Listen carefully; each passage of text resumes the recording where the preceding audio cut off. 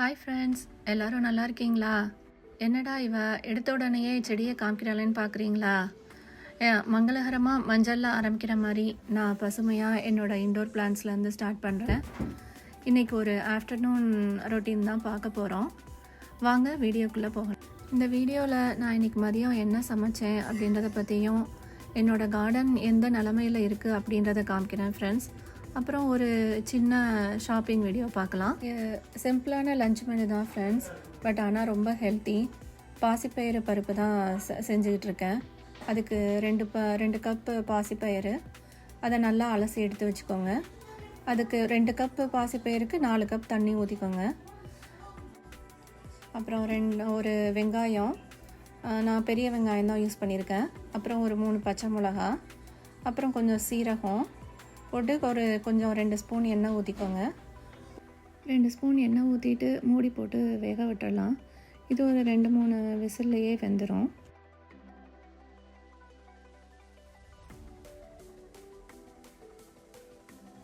அடுத்து cauliflower shallow fry தான் பண்ண போகிறேன். அதுக்கு கொஞ்சம் எண்ணெய் ஊற்றி அதில் கடுகு, உளுந்தம்பருப்பு, இஞ்சி எல்லாம் போட்டு கொஞ்சம் வதக்கிக்கோங்க. அதுக்கப்புறம் காலிஃப்ளவர் போட்டு அது கொஞ்சம் தண்ணி ஊற்றி வேக விட்டுருங்க. இந்த காலிஃப்ளவர் நான் ஏற்கனவே சுடுதண்ணியில் போட்டு எடுத்து வச்சிட்டேன். ஸோ இப்போ கொஞ்சம் தண்ணியை ஊற்றி நல்லா மூடி போட்டு நல்லா வேக விட்டுருங்க.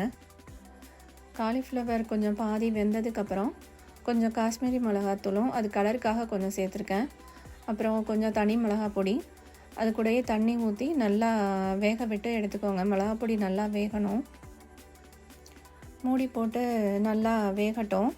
அது நல்லா சுருண்டு வரணும், அது வரைக்கும் நல்லா வேகட்டும். இப்போது பருப்பு வெந்த இந்த பாசிப்பயிரை மிக்சியில் போட்டு கொரகொரப்பாக கொஞ்சம் அரைச்சிக்கலாம். நைஸாக அரைக்கக்கூடாது, கொஞ்சம் கொரகொரப்பாக இருந்தால் தான் நல்லா டேஸ்ட்டாக இருக்கும். அரைச்சதை நல்லா தனியாக எடுத்து வச்சுக்கலாம் பருப்பை. அதுக்குள்ளேயும் காலிஃப்ளவர் இங்கே நல்லா வெந்துருச்சு பாருங்கள், எவ்வளோ கலர்ஃபுல்லாக சூப்பராக. பருப்பையும் தாளித்து விட்டுறலாம். பருப்புக்கு உப்பு போடுறத காமிக்க விட்டுட்டேன், உப்பு சேர்த்துக்கோங்க. லன்ச் ரெடி ஆகிடுச்சு ஃப்ரெண்ட்ஸ்.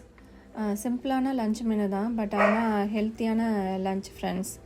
நாங்கள் இப்போ சாப்பிட்டுட்டு வாங்க உங்களுக்கு நான் என்னோடய கார்டனை காமிக்கிறேன், எந்த நிலைமையில் இருக்குது அப்படின்றத.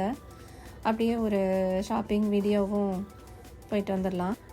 பருப்பு கூட கொஞ்சம் நல்லெண்ணெய் ஊற்றி சாப்பிட்டிங்கன்னா டேஸ்ட்டு சூப்பராக இருக்கும். சாப்பிட்டு பாருங்கள். சாப்பிட்டு பார்த்துட்டு கமெண்ட்ஸில் சொல்லுங்கள்.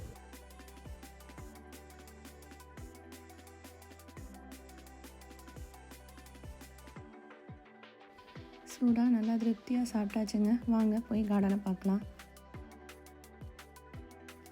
இங்கே இன்னும் வின்டர் முடியலைங்க, அதான் மரம் செடி எல்லாம் குச்சி குச்சியாக காஞ்சி போன மாதிரி இருக்குது. பின்னாடி குளம் ஃப்ரீஸ் ஆகி ஐஸ் கட்டியாக இருக்குது. இன்னும் ஒரு மாதம்தான், அப்புறம் ஸ்ப்ரிங் வந்துருச்சு, சம்மர் வந்துருச்சுன்னா எல்லாம் பசுமையாக இருக்கும். இதுதாங்க எங்கள் கார்டன். இந்த வருஷம் நிறையா ஸ்னோ ஸ்டாம் காற்றெல்லாம் இருந்ததுனால எல்லாம் டேமேஜ் ஆகி கிடக்கு. இனிமே தான் இந்த ஃபென்ஸை பிரிச்சுட்டு புதுசாக போடணுங்க. பாருங்கள் எல்லாம் எப்படி பிஞ்சு போயிருக்குன்ட்டு.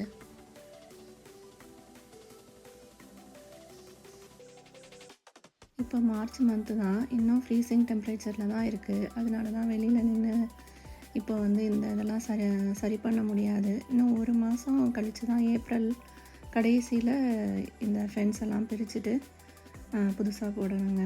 இது எங்களோட பியர்ஸ் ட்ரீ. போன வருஷம்தான் வச்சோம். ஷாப்பிங் கிளம்பியாச்சுங்க. காஸ்கோ தான் போயிட்டுருக்கோம். முக்கியமாக பாட்டிங் சாயில் வாங்குறதுக்காக தான் போயிட்டுருக்கோம். பாட்டிங் சாயில் எதுக்காகனா விதை போடுறதுக்கு. இந்த மார்ச் மந்த்லேயே ஸ்டார்ட் பண்ணிட்டோன்னா நமக்கு மே மந்த்து ஸ்டார்டிங்கில் செடியெலாம் ரெடி ஆயிரும். அதுக்காக தான் பாட்டிங் சாயில் முக்கியமாக வாங்கலான்னு போகிறோம். போன ஒன்று பார்த்திங்கன்னா என் கண்ணில் அந்த பூச்செடி தான் கண்ணில் பட்டது. வாங்கலான்னு சொன்னேன், ஆனால் என் ஹஸ்பண்ட் வீடியோ எடுத்ததோட வா போதும், வீட்டில் இருக்கிற பூச்செடிலாம் போதும், அடுத்த வருஷம் வாங்கிக்கலான்ட்டு சொல்லிட்டாரு. சரி ஓகே, நமக்கு பாட்டிங் சாயில் தான் முக்கியம், அது வாங்க தான் வந்தோம் அப்படின்ட்டு நானும் வந்துட்டேன். நான் எதிர்பார்த்த பாட்டிங் சாயிலும் இருந்தது, கொஞ்சம் சீப்பாகவும் இருந்தது. பரவாயில்ல, இந்த தடவை நல்லா பெரிய பேக்காக இருந்தது. அதையும் எடுத்தாச்சு.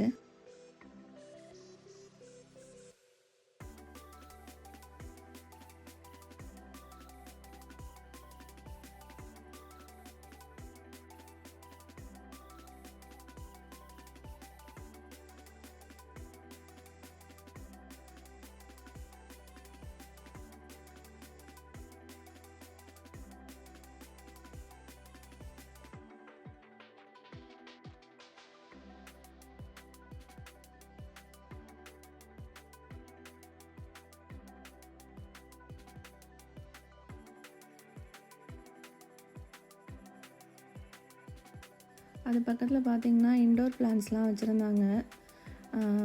அதில் வந்து தென்னை மரம் மாதிரியும் ஒன்று இருந்தது. ஆனால் அது தென்னை மரம் இல்லை, அதே மாதிரி வாழை மரம் மாதிரி ஒன்று வச்சுருந்தாங்க. சரின்ட்டு ஆசையாக போய் பார்த்தேன்.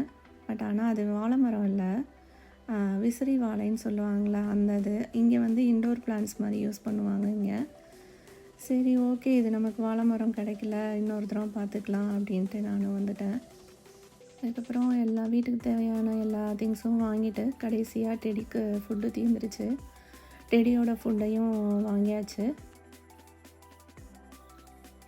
இந்த ரோ பூரா டாக் ஃபுட்டும் கேட் ஃபுட்டும் தாங்க. எவ்வளோ வெரைட்டிஸ் ஆஃப் ஃபுட்டு வச்சுருக்காங்க பாருங்கள். எல்லா ஷாப்பிங்கும் முடிஞ்சிச்சுங்க. அடுத்து வீட்டுக்கு கிளம்ப வேண்டியதான். வாங்க வீட்டில் போய் பார்க்கலாம்.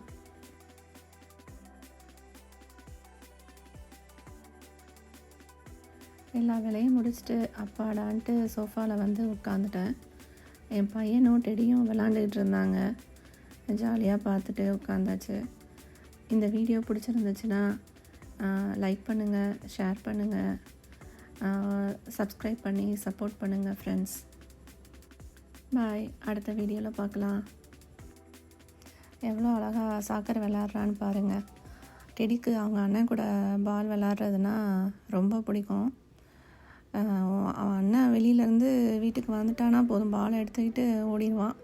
வா வந்து விளாட வா அப்படின்ட்டு. பார்த்து பாருங்கள் எவ்வளோ அழகாக விளாண்டுட்டு இருக்காங்கன்ட்டு.